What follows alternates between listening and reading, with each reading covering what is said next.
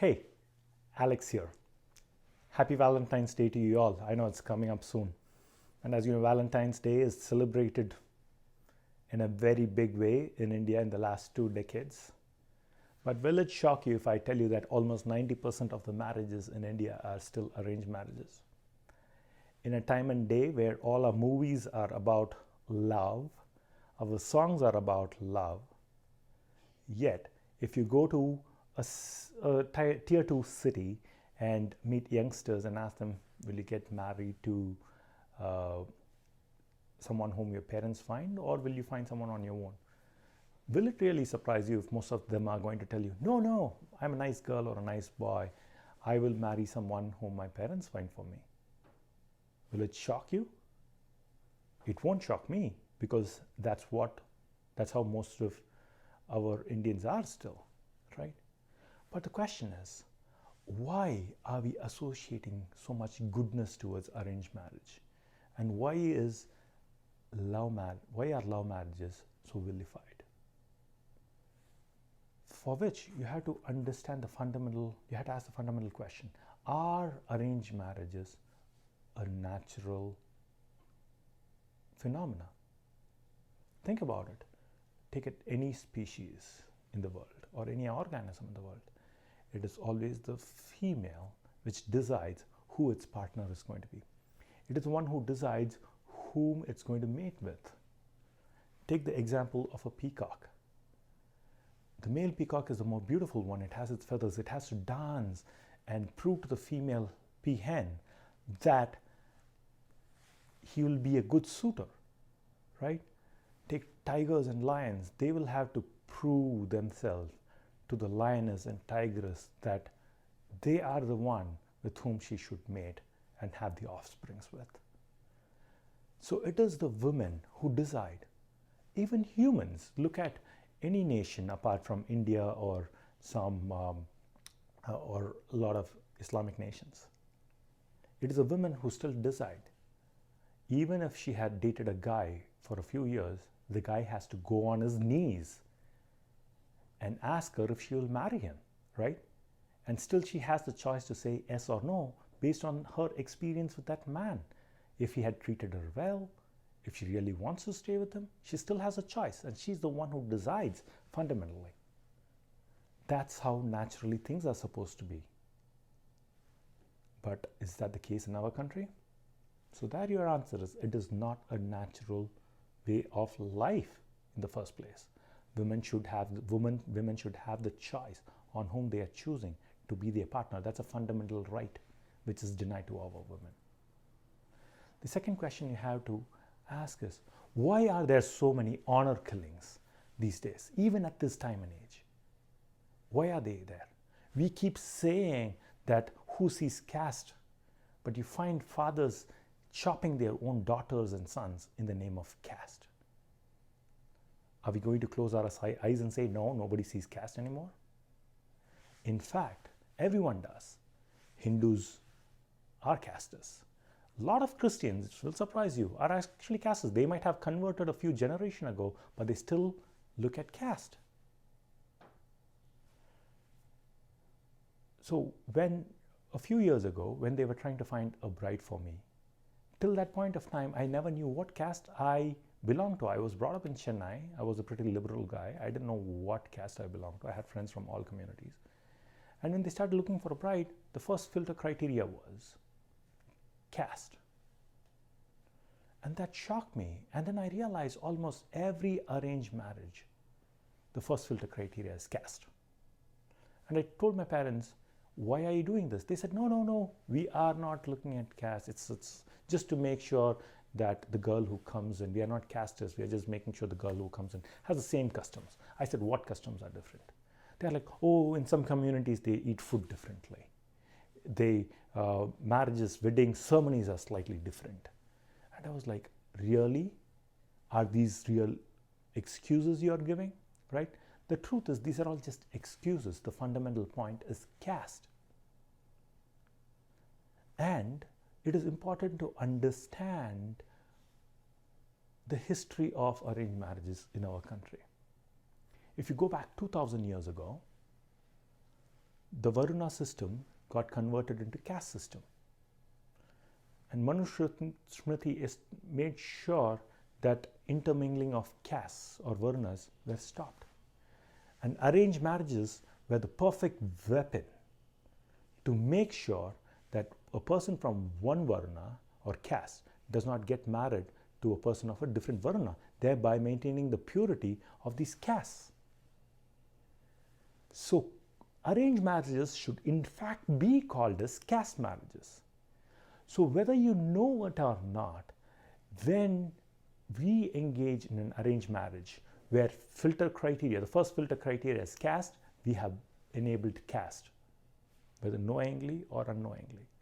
But please remember that, like, it is important for you to learn that if you didn't know that now, right? So if you are engaging in arranged marriage and if one of the filter criteria is caste, you are enabling caste that it is not an arranged marriage, it is the caste marriage, or you can call it Sanadana marriage. That's what they are. And thinking about it for almost 2000 years, these caste marriages have been one of the biggest violent acts against women. Look at thousands of women who are suffering because of dowry system, right? They don't have a voice because they're not given a choice. They just have to stick on with the family, whether they like it or not. Look at thousands of women who are being sexually abused in the name of halala nikahs. It is again done in the form of an arranged marriage. They're stuck and they have to stick on to the rules. Very often you listen to our elders basically say, oh, in those days we didn't have divorces.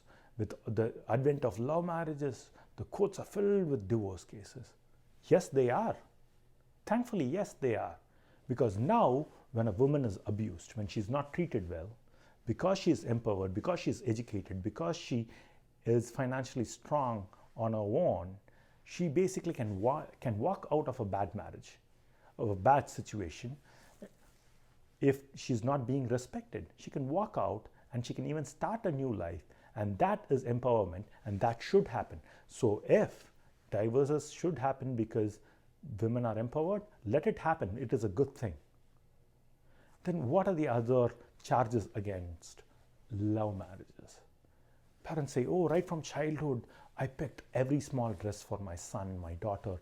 We made sure they were happy throughout their life. So they don't know what they are doing. They're not mature enough to decide who their partner should be. Are you kidding me? If you're telling me that the biggest decision in a man's or woman's life is choosing a partner, and they are not mature enough to choose their own partner, that is your answer. They are not mature enough to get married in the first place because you're not done a good job raising them up for this world. So don't get them married till they are mature enough to find someone on their own. That's how you should look at that question or charge. The third one is for youngsters themselves. A lot of you are worried. Oh, I know this girl, I love her. I know this guy, I love her now. He's amazing to me. He's nice. I think he'll be a great husband. I think she'll be a great wife. I know she'll take care of my family, if we have kids, family, he will take care of the family. He'll be financially responsible. Yes, but what if I go wrong? What if the marriage happens and what if it fails? Yes, it is possible that the marriage fails. There is no guarantee for any marriage. But think about it.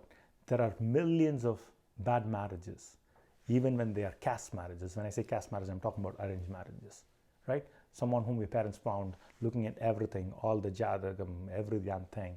They did it and still they are bad. But women are stuck in that. It can happen to you as well, right? It can happen to you. Your parents can find you someone and they can make that mistake for you instead of you making the choice. And if you make the choice and if it goes wrong, you take responsibility for it, move on and correct it. You will do the same thing if your parents choose for you as well.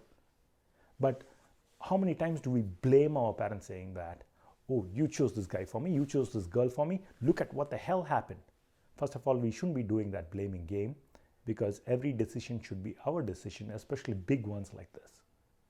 So make your own decisions. If it goes wrong, own up to it, just like any decision that you would do, and move on with life and go ahead. So, my dear youngsters, think about it. In order to change this society, to make it a beautiful casteless society, you don't have to go and protest in the streets. You don't have to go to jail. You don't have to stop working and become an activist. Start with simple steps. Don't look at caste. Just look at the person and find your own partners. See if they are loving. See if they are good people. See if they are fit for a family. If they are financially and mentally stable. And choose your own partners. Become mature. You cannot get married if you are not even mature to make such decisions. Similarly, without women's empowerment, without a woman having the fundamental right of a natural right of having to choose her own partner, without her being in the driver's seat of choosing the partner, no society can be called as a superpower. We may economically become strong, but we will never become a superpower.